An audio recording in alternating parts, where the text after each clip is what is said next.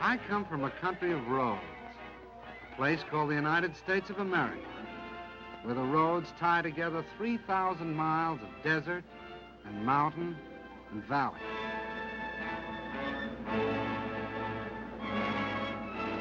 Because of the automobile, Americans who live 100 miles from each other are as close neighbors as the man next door.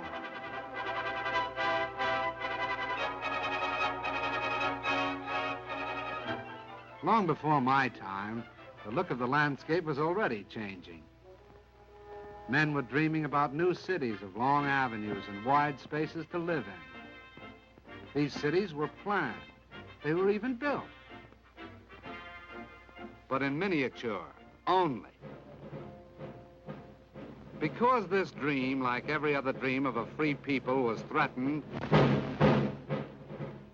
the men of my country went to war.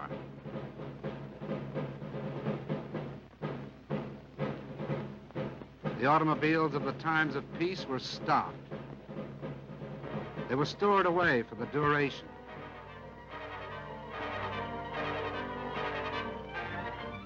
A new kind of Army mule on wheels was needed to keep up with the motor divisions that took to the highway. And that's what I was going to be. The job of figuring me out was given to the automobile industry. Every year, men like these had designed a new and more beautiful collection of cars. These new models were presented like debutantes at auto shows that were the social events of the season. In the hands of these experts, there was no telling just what I might turn out to be. A beautiful sedan, maybe, with all the gadgets and devices. A handsome roadster. Maybe a peacock. They worked on me and worked, and finally, here's what came out. Can this be an automobile, men wondered? Looks more like a four-wheel Beetle, one of them said.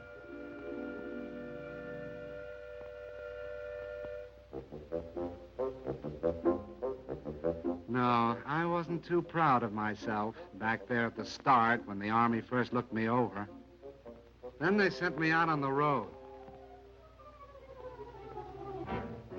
They tried to drown my motor, but my ignition was set too high for that. They tried to break my back on roller coaster roads. When I held together, it looked as if the Army and I might somehow get along because they gave me a nickname. From the words general purpose, they took the G and the P. They called me Jeep. It sounded more like a noise than a name. Then it really began. I was sent out on maneuvers. This Army was getting tough. Could I keep up with them? Was I good enough? How did I know? All I could do was keep my fenders straight, my gears grinding, and hope for the best.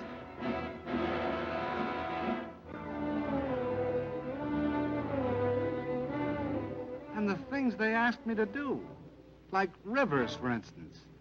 I had to be light enough to cross water in my own canvas tarpaulin. Lucky I didn't weigh more than 2,200 pounds. And it was lucky that I wasn't any bigger than 11 feet long and 5 feet wide and 3 feet high. Because when the outfit took to the air, they expected me to go right along with them.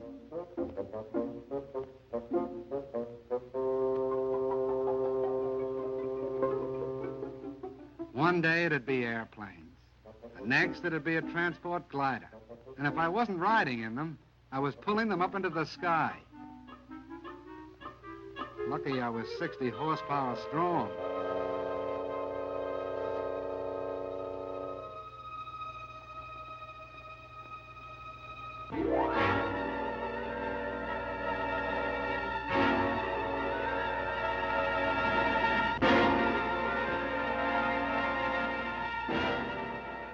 The Army was getting tougher, preparing itself for the big offensives that were coming. And I had to get tougher to keep up. I'll say one thing, no matter what they asked me to do, pull cannon, break my own road through the underbrush, or keep moving at better than 70 miles an hour, it was no worse than what my driver was ready to do himself. The American soldier and I got along fine, like a good rider and a horse. We got to be pals. But even so, I had my doubts. Most of the machines around me had proved themselves in battle. I was still on probation.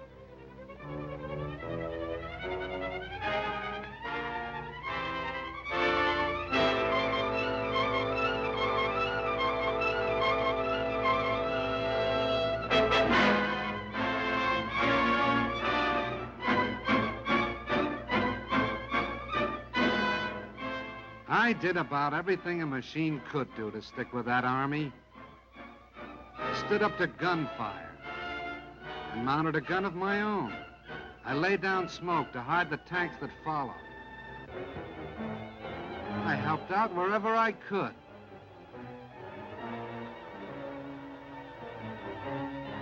I even learned how to splash across rivers.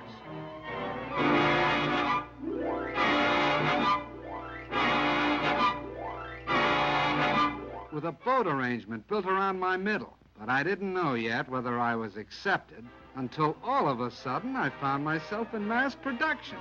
It meant only one thing. I was a success.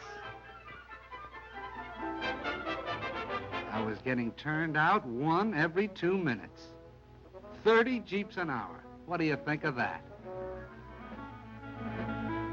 All of a sudden, I found that I was a popular kind of character. I was marching right up there in front with the band.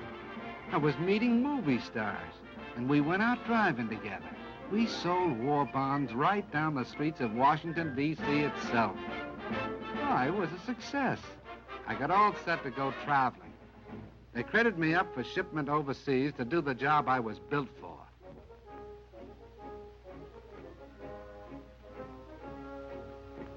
I was sent over by the thousands. And I traveled with the guy I liked best, my pal, the soldier. Wherever he goes, I go. And let me tell you, we land together on a lot of different shores.